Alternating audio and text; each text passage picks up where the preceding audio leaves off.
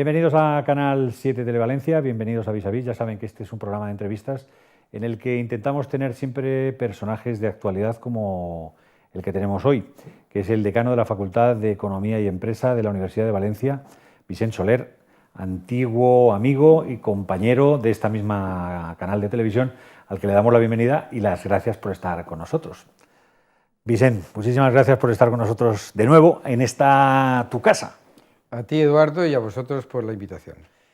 Estas últimas semanas han sido un poco controvertidas en la Facultad de Economía porque ha traído usted a un personaje importante, el señor Viñals, que ha pertenecido hasta hace poco al Banco Central Europeo, a dar una conferencia. Y bueno, han tenido que trasladar la conferencia de la Facultad de Económicas a la DEIT, a la sede central de la DEIT, y aún y con eso, con ciertas dificultades, para que este señor expusiera sus criterios. Pero como yo sé que usted se siente orgulloso de que este señor haya venido, pues es la primera pregunta que le lanzo. Pues sí, la verdad es que estoy muy orgulloso. Él es exalumno de la facultad y actualmente es nada más ni nada menos que el segundo del Fondo Monetario Internacional después de Christine Lagarde. Por lo tanto, diríamos, es el exalumno que en su carrera profesional ha llegado más lejos y de eso estamos muy orgullosos en la facultad. Es verdad que representa al Fondo Monetario Internacional, es verdad que no hubiese venido a Valencia si no hubiese sido por esas circunstancias, de manera que yo encontraba una gran oportunidad para que los estudiantes de la facultad, los estudiantes de la universidad, pudiesen preguntarle, pudiesen tener cerca a uno de las autoridades mundiales en temas financieros, lleva el área financiera del Fondo Monetario Internacional, nada más ni nada menos. Tuve la oportunidad de hablar con él y efectivamente hubo un intento de boicot, no por él, sino por lo que representaba del Fondo Monetario Internacional. Y yo lo entiendo que la gente pueda estar, necesita responsables, y supongo que la gente que lo está pasando muy mal ve que el Fondo Monetario Internacional es uno de los tres de la Troika y que por lo tanto puede tener, diríamos, una cierta rabia interior ante las políticas que están haciendo, que está sufriendo su familia o está sufriendo. Pero el espíritu universitario me lleva a pensar que era bueno aprovechar que él estaba aquí justamente para hacer las preguntas que fuesen convenientes, las más incómodas, pero que le hiciesen a la cara y que él tuviese que responder, y era una oportunidad única. Pues bien, hubo una parte de los estudiantes, la mayoría no eran de la Facultad de Economía, sí que eran de la universidad, atención, porque yo el día anterior estuve hablando con ellos, porque sabía que intentaban boicotear y yo fui a la asamblea que la estaban preparando y di la cara y dije, oye, pero ¿qué vais a hacer? Una oportunidad como esta no la vamos a tener en mucho tiempo. Y ellos dijeron que no estaban dispuestos y que querían boicotearlo. En fin, finalmente tuvimos suerte, aquello duró lo que duró, media hora, y finalmente pude hacer la conferencia. Y los que se quedaron, porque hubo gente que se quedó, estudiantes, hice unas preguntas.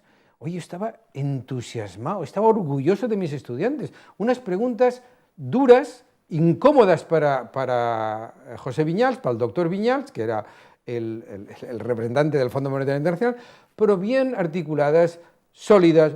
Me sentía enormemente satisfecho de que el espíritu crítico universitario se plasmase de esa manera, la manera del diálogo, diálogo serio, riguroso, bien planteado, ¿no?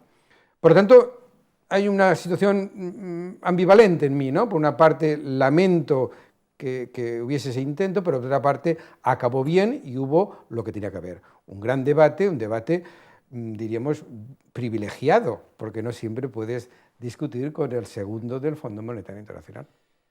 Vicent, en estos últimos años estamos viviendo una situación de crisis realmente grave, seria, que afecta a todos los ámbitos, al ámbito educativo, al ámbito universitario. Tú, como político que has estado en primera línea de la política, has sido conseller y has vivido en estos últimos años en primera persona los avatares y los cambios que ha tenido esta sociedad, que han sido muchos y buenos también. ¿Cómo valoras o por qué crees que ha pasado todo esto y qué culpabilidad tenemos todos en que ha sucedido o lo que ha sucedido? ¿O quién ha sido el culpable? Aquí se solapan diversos niveles y diversos responsables, por decirlo de alguna manera. Hay una crisis del sistema financiero internacional, eso es obvio. Quizá el que Viñals tuviese estas respuestas porque hay en el imaginario, y es verdad, hay un problema de control de las finanzas internacionales. Tú no puedes globalizar las finanzas y no poner reglas de juego y además que se cumplan. No hay una autoridad suficiente en el mundo para decir que determinados productos financieros no se podían vender de la manera que se hizo durante años y al que compraba no sabía lo que le estaba comprando y de pronto se le derriten en las manos los productos. Por tanto, y eso creó una situación de desconfianza terrible que, diríamos, obstruyó los canales de financiación internacional, ¿no? Claro, un país como el nuestro, que el 40 y el 50% de parte del crédito que repartía, que podía conceder los intermediarios financieros, venía de fuera, en el momento que aquello se corta, tenemos una crisis inducida. Por tanto, hay una parte de inducción de la crisis, pero hay otra propia, muy propia, y es que tú no puedes hacer crecer una economía sobre un sector determinado, que además tiene un gran efecto indirecto sobre otras actividades económicas, y hacerlo de la manera que se hizo, sin pensar que era cíclico, sin preparar el post-boom, etcétera, etcétera. No, aquí no se hizo nada. Aquí la borrachera fue tan grande que ocupó a mucha gente, no solamente a los grandes promotores inmobiliarios, aquel que tenía un trozo de tierra y que creía que aquello iba a ser oro, pues también entró en el juego, y los concejales de urbanismo y todo. Aquí entró todo el mundo, pasto un poco de una orgía de dinero barato, fácil, etcétera, ¿no? Y la gente que un poco podíamos decir, o decíamos incluso en el aula, que aquello había que poner un poco de orden, éramos tildados de agoreros, por supuesto, ¿no? Y además no se nos hacía caso, como pasó, y hay testimonios para ello. Por lo tanto, sí que hay una crisis propia, que esta inducción llevaba a que el dinero circulaba y además hacia los canales que a lo mejor no eran necesarios, porque aquí hay un problema de base muy importante de antes de la crisis, que es ¿qué ofrecemos en el mundo? ¿Qué hace la economía española en el mundo? ¿Qué hace la economía valenciana, sobre todo en el mundo, que se había aprovechado muy bien de su carácter periférico durante los 60, los 70, los 80? ¿Qué hacía? Porque ahora lo estaba haciendo China, o lo estaba haciendo ahora Vietnam, lo está haciendo Tailandia. En esta nueva geografía, ¿qué hacemos? Había que preparar el cambio, y ese dinero para el cambio, en lugar de ir ahí, iba al ladrillo. Pero le quedaba mucho dinero, y entonces había una conjunción de lógicas de ganancia del corto plazo, del medio plazo y del largo plazo que eran contradictorias. Si lo concretamos en la Comunidad Valenciana, porque usted además, tú eres catedrático de Economía Aplicada, especialista en Economía Regional, aquí hemos actuado como si esto fueran las fallas y hemos quemado nuestras cajas de ahorros, nuestras entidades financieras, y las hemos sometido a una pira y nos hemos desprendido de dos de los valores más importantes, que son dos entidades financieras del tamaño de la CAM y de Bancaja, y ahora estamos, bueno, y el Banco de Valencia también, y ahora estamos huérfanos de ello. Eso es una de las peores noticias y de las peores circunstancias históricas en muchas décadas y muchas generaciones. No fue fácil construir un andamiaje financiero propio, no fue nada fácil. La tradición estaba en Bilbao, un poco en Madrid, y los catalanes y nosotros, en los últimos 2 o 3 décadas, fuimos construyendo, después de muchos fracasos anteriores, una consistente infraestructura financiera. Los catalanes han podido salir, se han espabilado, y nosotros lo hemos hecho muy mal,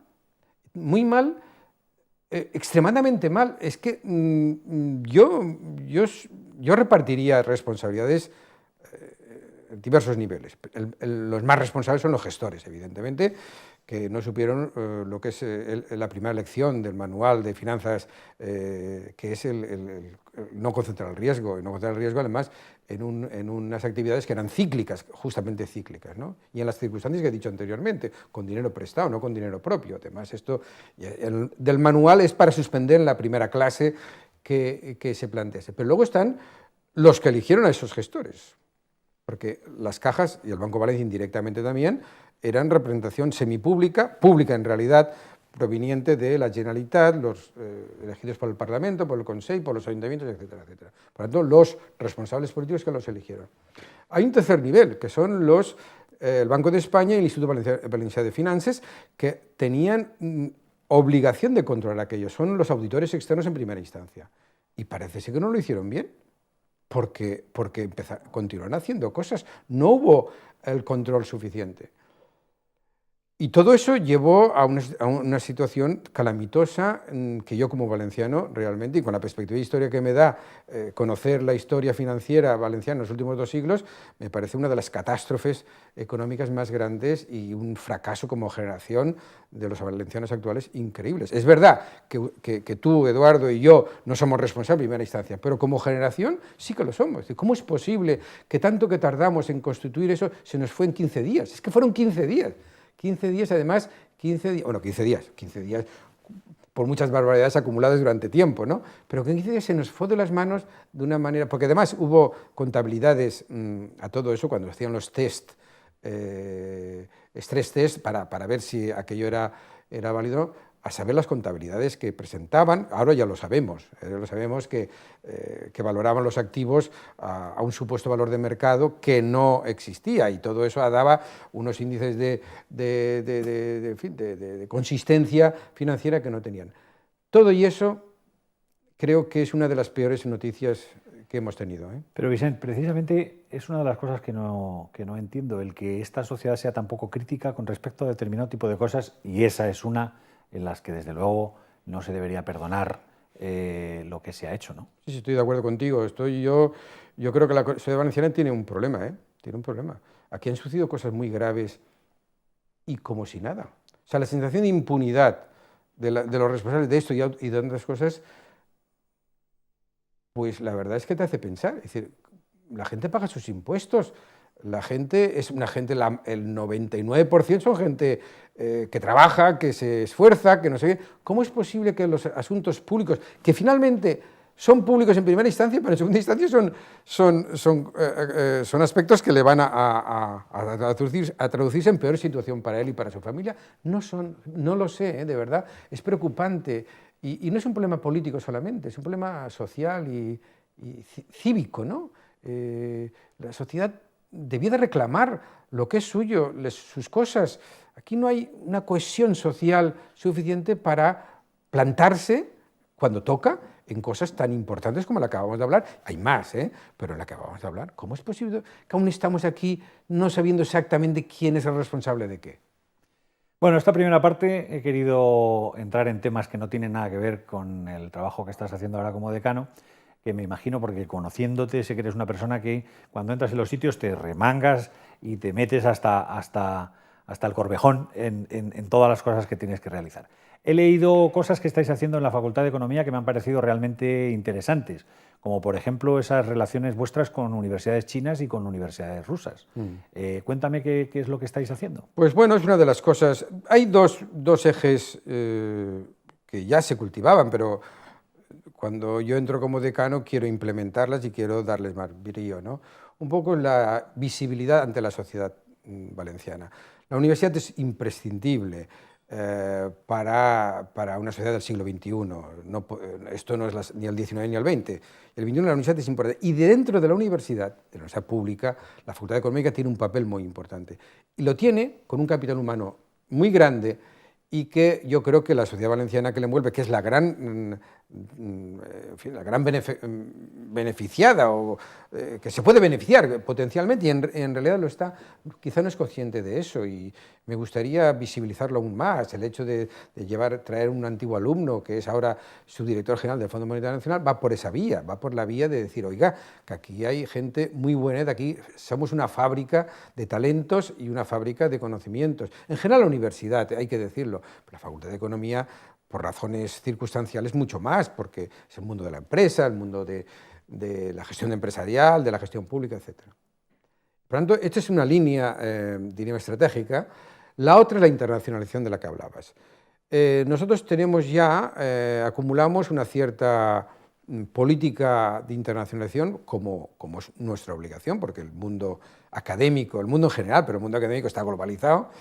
Y teníamos ya una bastante experiencia, por ejemplo, de dobles titulaciones, que quiere decir titulación que compartimos con otras universidades de fuera, con lo cual al final, haciendo un convenio entre los dos, haces determinados estudios aquí y allá, 2 años allá, 2 años aquí, tienes título de allá y título de aquí. Pues todo eso, que es casi el elemento, el indicador más claro de vocación de internacionalidad, lo teníamos pues básicamente con los Estados Unidos, con Norteamérica, la América anglosajona, con Europa y con América Latina, si no a nivel de grado, a nivel de máster. Con algunas universidades específicas de esos Sí, países. sí, claro, North Carolina, North Florida, teníamos en Nottingham, en Bremen, en Nantes, teníamos en algunas, ¿no? ¿Qué es lo que hemos querido? Pues adaptarnos a la realidad cambiante del mundo, del planeta, a los países emergentes. Entonces hay 4 países emergentes que van por delante, que es Rusia, China, la India y Brasil. En Brasil es la parte de América Latina que teníamos menos relaciones, ahora las estamos intentando cuidar, también empezamos a tener relaciones con la India, pero sobre todo queríamos trabajar con Rusia y China, que creemos que son dos realidades que es imprescindible que nuestra gente en este proceso de internacionalización conozcan bien y ojalá consigamos dobles titulaciones con las mejores universidades rusas y chinas. Ya con Rusia ya estuvimos en el mes de junio y prácticamente está cerrado ya un acuerdo por una doble titulación con una de las universidades de economía, de empresa y economía más importantes, directamente dependiente de la presidencia de Rusia. Y ahora iremos a final de mes a China para cerrar, si es posible, 3 acuerdos con 3 universidades chinas. Después vendrá la India, después vendrá Brasil. Yo creo que eso es muy importante. Yo creo que es imprescindible que sepamos que estamos en el siglo XXI, que estamos en un mundo globalizado y que la academia, como las finanzas, como tantas cosas, tiene que estar ahí. Y este es es uno de los dos, el segundo reto estratégico que tenemos el actual equipo de Canal. Una de las cuestiones que le ha tocado vivir a usted en este tiempo como decano, que te ha tocado vivir como decano en este tiempo, es la llegada de los grados y Bolonia, la implantación de Bolonia. Creo que contigo acaban los primeros grados y se empiezan los primeros... Este año acaban los grados. Este año acaba el primer curso de grados, ¿no? Sí, los 4 años para completar el grado. Con lo cual iniciaréis ahora también... Los posgrados. Los posgrados, ¿no? Bueno, los posgrados existen, pero adaptados a la licenciatura, ahora tendrá que adaptarse a los grados. 4 y 1, 4 años, que es una cosa rara, porque en Bolonia la mayoría de las universidades europeas son 3 y 2, pero aquí es 4 y 1, es igual, nos adaptamos a lo que hay, 4 y 1. Ahora estamos, por supuesto, moviendo y mejorando mucho la oferta de posgrados. Tú que has vivido la universidad, igual que yo, haciendo una carrera universitaria con 5 años, ahora son 4 y 1, ¿qué diferencia hay entre una cosa y otra? ¿Cómo se le puede explicar a una persona? Yo es que mi idea sobre la formación universitaria es la que es, y es que creo que evidentemente el conjunto de la sociedad se mueve hacia arriba, es decir, antes tener un graduado escolar era ya mucho, llegó un momento en que era poco, había que tener la ESO, hubo un momento que eso era poco, había que tener bachiller o formación profesional. La verdad es que nos hemos movido hacia unas circunstancias que no estaría mal que hubiera una parte de la formación universitaria que fuera de formación sólida, de grandes aspectos del área que te toca, economía, empresa, o medios de comunicación, o química, o física, o lo que sea, ¿no? Pero luego hay que especializarse en la medida que se pueda. Pero cuidado, porque la especialización tiene aspectos positivos y negativos. Es decir, la polivalencia te da en el mercado de trabajo más oportunidades. Sin embargo, para determinadas actividades que tú ya de entrada, cuando te incorporas al mercado de trabajo, tengas una cierta especialización, también te da oportunidades, ¿no? Depende de qué y para qué, ¿no? Hay que dar las dos posibilidades, ¿no? Sobre todo en el ámbito de la empresa y en el ámbito de la economía, es bueno tener esas dos oportunidades.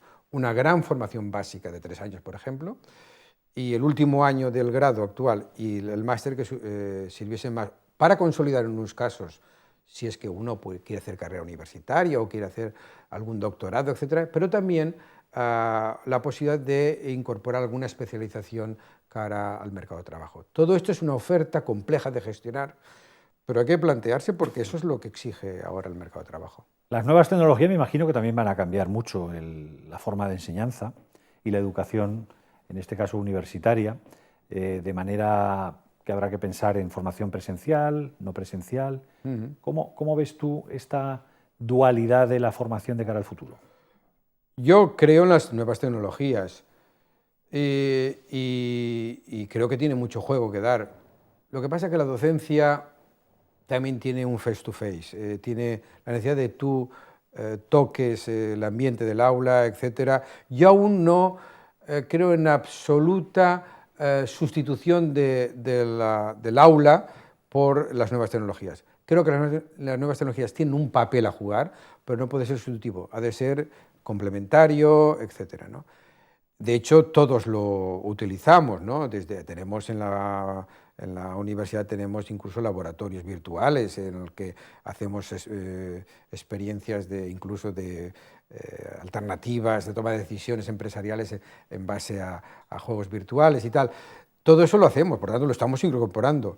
Pero al final el docente, el profesor, el que te va a llevar de la mano, el que es importante que esté ahí. Y a mí me encanta la docencia y por lo tanto lo que estoy diciendo lo digo, diríamos, con una sinceridad enorme, porque es que yo creo que se nota cuando un alumno tiene un buen profesor, un mal profesor, cuando no le dedica atención, cuando no es capaz de captar la atención del estudiante hacia la materia y todo ese tipo de cosas. Porque la Facultad de Económicas, de la que tú eres decano en este momento, y en general todas las facultades de Económicas de España, son realmente las facultades de empresa, son las facultades donde se fomenta el emprendedurismo y donde se fomenta el futuro del empresariado o de la persona que sea capaz de ser empresario y de que este país tire para adelante. ¿Tú ves eso, ese perfil, lo ves en la universidad? Cada vez más. Es verdad que el universitario en general, no ahora que hay crisis, y por tanto hay crisis en todos los sentidos, pero hasta hace 4 días el universitario tenía más posibilidades de encontrar trabajo y por lo tanto tenía menos necesidad de emprender, lo tenía más fácil, ¿no? Hoy día esto ha cambiado y observamos cada día más que el propio universitario se hace emprendedor porque sabe que las otras salidas que antes eran muy fáciles ahora no lo son tanto. Y de hecho estamos asistiendo a una gran aceptación de las ofertas de formación de emprendedurismo que tenemos en la facultad en los propios estudiantes, muchísimo, ¿eh? Eso ha cambiado bastante y la crisis, entre comillas, ha ayudado a que eso sea así. ¿Está la empresa cada vez más ligada a esos posibles emprendedores o todavía sigue habiendo ahí una dicotomía entre empresa y universidad que no acaba de ahormarse?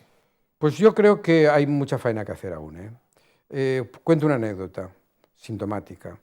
En nuestro viaje a Moscú para hacer las dobles titulaciones tuvimos la suerte, circunstancia, que coincidíamos con una delegación de empresarios valencianos que estaban buscando mercados en Rusia, ¿no? Y pudimos cenar con ellos, el equipo que yo llevaba y el equipo que era una delegación de la Cámara de Comercio que estaba allí. Fue una cena magnífica. ¿Y sabes por qué fue magnífica? Porque nos conocimos mutuamente, es decir, es increíble que a estas alturas de la película el empresario valenciano, pequeños empresarios, no te puedes imaginar lo pequeños que eran, pero buscándose la vida en el mercado ruso porque aquí no la encontraban, que viesen que aquello por lo que íbamos allí era justamente el tipo de personas que ellos necesitarían ahora. Un doble titulado, una persona que esté formada aquí y allá, y que fuese la persona que, conociendo aquello, con la cultura de aquello, lo hubiese sido como anillo al dedo para sus necesidades empresariales. Y aquello me detectó a mí mismo que su desconocimiento ponía de relieve que había mucha faena en la línea que tú dices, mucha faena que hacer. Realmente la universidad, y la universidad pública por hoy es la mejor oferta de lejos respecto de las privadas, está produciendo un capital humano del cual los empresarios y los empresarios emprendedores, los empresarios que buscan nuevos horizontes, debían ser mucho más conscientes que quizá allí es donde está el material humano con el cual poder trabajar y que alguna de sus ideales, de sus proyectos podían hacerse con mayor solidez. Estamos acabando nuestro tiempo, aunque yo seguiría aquí hablando con usted y horas porque hacía tiempo que no teníamos teníamos la oportunidad de charlar. Acabamos siempre nuestro programa, ya lo sabes, con una canción.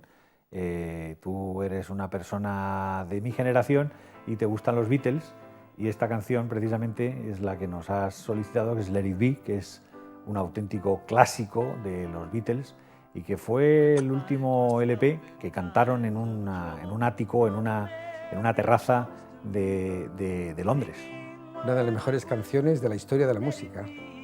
Pues déjalo estar, es la traducción del Let It Be de los Beatles y así lo dejamos. Te agradecemos muchísimo que hayas estado con nosotros, que nos hayas contado estas cosas que están sucediendo en la universidad, que afortunadamente son interesantes y yo creo que con muchísimo futuro, y que nos hayas dado una visión global de lo que crees que está sucediendo en el ámbito económico. Muchas gracias, Eduardo. Y muchas gracias a todos ustedes por acompañarnos aquí en Canal 7 Televalencia, en Vis a Vis. Hasta pronto.